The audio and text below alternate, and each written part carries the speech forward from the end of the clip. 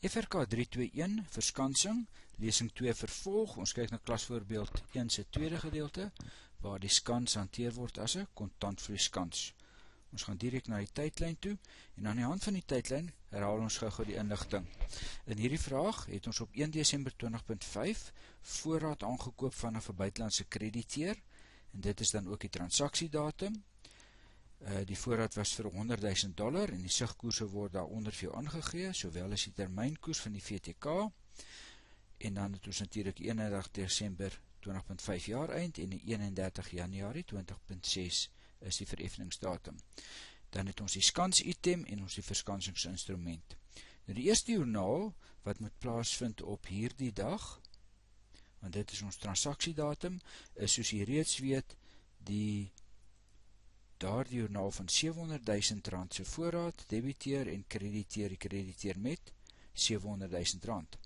Daar is geen joernaal inskrywings vir die VTK nie, aangesien die billike waarde op 1 Desember natuurlijk 0 was, dis die dag wat jy hom uitgeneem het. Hy word eers waardeer op 31 Desember. Ons gaan terugkom na hierdie joernale toe, en dis wat ons nou nog gaan bespreek. Nou kyk ons weer na ons tydlyn. Ons gaan nou die ander joernaal se teerekeninge doen. Ons volgende verslagdoeningsdatum is 31 Desember 20.5. Nou kom ons kyk eers na die termynkoers, die VTK. Soos ons reeds in die vorige lesing gesien het, ons doen dit op presies dieselfde metode. Ons vergelyk die koers, die termynkoers wat ons hier het, vergelyk ons met die vorige termynkoers, en die verskil in hierdie geval is 9 cent, maal dit met jou $100,000, en jy kry die R9,000 wat nog steeds die verskil is. So, dit is dan waarteen ons die VTK se aansuiwering te boek gaan stel. Nou, terwyl ons op die skerm is, kom ons kyk na die krediteer. Die krediteer word vanaf R7 verhoog die wisselkoers na R7.10 toe. Kom ons maak dit daar skoon. So hy verhoog van R7 na R7.10, so ons weet dit is 'n 10 cent beweging, en as ons dit uitmaak met die dollars, is die bedrag R10,000 wat die aansuiwering teen die krediteer is. Kom ons gaan kyk daarna. So ons het nou die voorraad reeds ingebring teen R700,000 en die krediteer geskep, en dan het ons die VTK, en hierso moet ons mos nou sê, en dit is nou waar die kruks van die saak inkom met hierdie ding.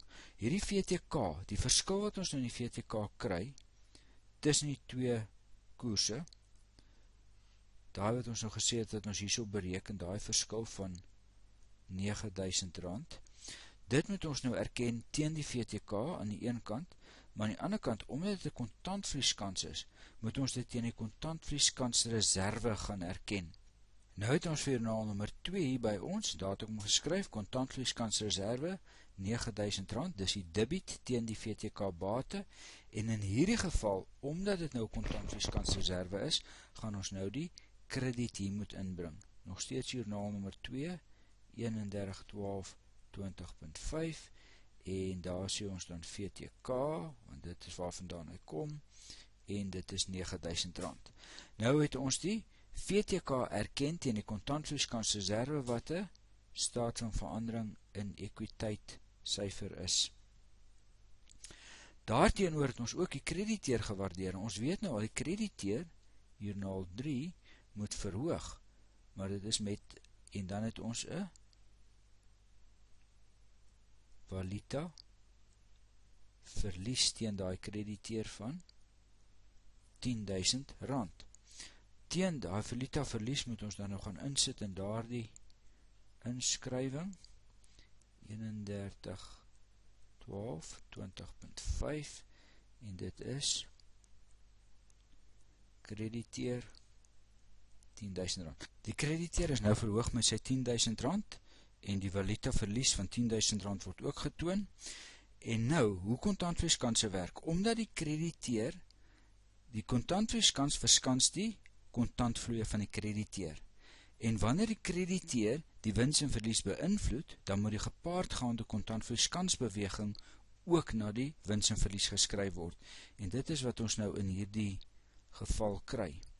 Ons moet nou hierso gaan en daai kontantvloeiskansreserve gaan realiseer. So dit is nou joernaal nommer 4 wat ons doen. Joernaal 4, nog steeds op 31/12/20.5. Ek gaan nou hierso skryf realiseer en dit is na valuta wins. En dan haal ons hierdie R9.000 uit en ons vat hom na die valuta wins rekening toe. En daar moet ons nou sê, joernaal 4, 31 Desember 20.5 en dit is kontantvloeiskansreserve en die bedrag is die, as jy daar reg maak, is die R9.000. En nou het ons die inskrywings afgehandel vir einde van die finansiële jaar, 31 Desember 20.5. Kom ons kyk nou weer na die tydlyn. Onthou nou moet ons die VTK gaan waardeer op die vervaldatum of die vereffeningsdatum vir die krediteur is dan ook die vervaldatum vir die VTK. So ons vat die sigkoers het ons voorheen gesê teenoor die vorige termynkoers, daai koers teenoor daai koers, ons kry die verskil. Ons weet dit is 4 sent, so dit is R4.000. Ons moet daai inskrywing gaan deursit en dan dieselfde beginsel daar 0,6, so dit is 6 sent, so dit is R6.000 op die krediteur.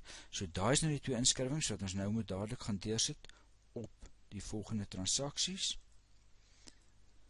So ons moet weer by die VTK bate begin, ons vat weer 'n nuwe kleur, ons vat nou groen, en nou moet ons daar so sê, 31 Januarie 20.6, weer kontantvloeiskansreserve, so ons gaan nou net deur die motions, so kom ons doen dit vinnig, en 31/1/20.6 VTK bate, oeps, daar is verkeerd, 4.000 en die krediteur het ons gesê is 31/1/20.6 'n krediteur van R6.000. Ons verhoog dan die krediteur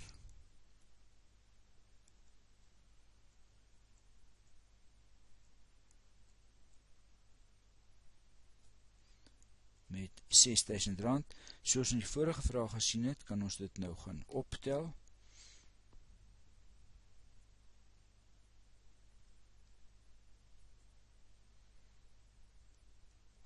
En daar ons het 716.000. Ons het die krediteur ingebring in valuta wins en aangepas, en omdat hierdie krediteur nou hierso vir die wins en verlies beïnvloed, moet ons nou die kontantvloeiskans gaan skoonmaak daarteen. En nou sê ons hierso 31/1/20.6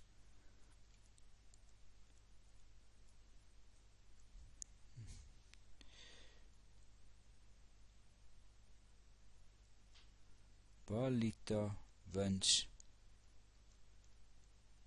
R4.000 en hierso kontantvloeiskansreserve R4.000. En nou het ons daai syfers ook te boek gestel. So al wat oorbly is nou die finale inskrywing waar ons nou die krediteur gaan aflos, die VTK bate gaan nou uit ons boeke afgelos word en die bank gaan die VTK self betaal. So as julle gaan kyk na julle joernale, ons het daai 3 reeds gedoen wat julle daar sien. Ons het sopas die VTK joernaal deurgesit. ons die verlies teen die krediteer op betaaldatum deurgesit. Onthou, ons vat hom na die waarde toe op die sigkoers op die betaaldatum en dan doen ons die rest van die transaksies. En hierso het ons nou die kontantvloeiskans inskrywing, en wat ons nou na gaan kyk, is hierdie laaste inskrywing hierso.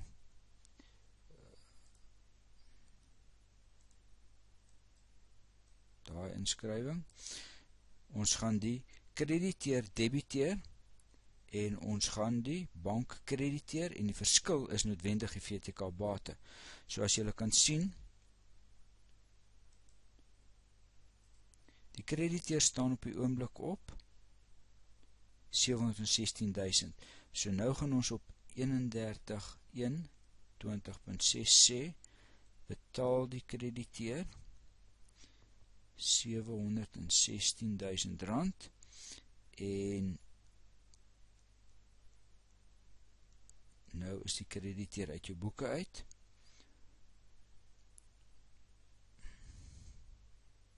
Ons gaan die VTK bate ook aflos teen R13.000, ook op 31/1/20.6 en daai rekening is ook nou skoon.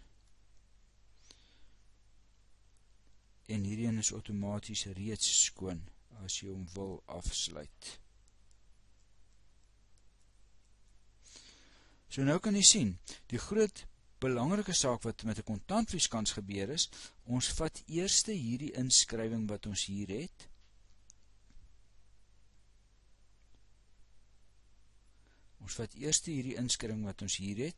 na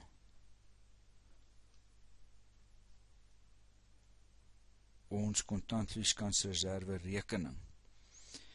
En dan, wanneer die krediteer wat daarmee verband hou, die wins en verlies affekteer, met ander woorde realiseer, soos in hierdie geval, dan moet ons daardie valuta wins, wat ons daar bereken het, uithaal en vat na die valuta wins rekening toe. Dieselfde gebeur met hierdie tweede inskrywing by die VTK. Ons vat hom eers na kontantvloeiskansreserve, en sodra die onderliggende item die krediteer affekteer en dan in die valuta wins of verlies erken word, dan kan ons dan daai gedeelte ook uithaal en na die wins en verlies erken as 'n wins in hierdie geval. Goed, dankie dames en here.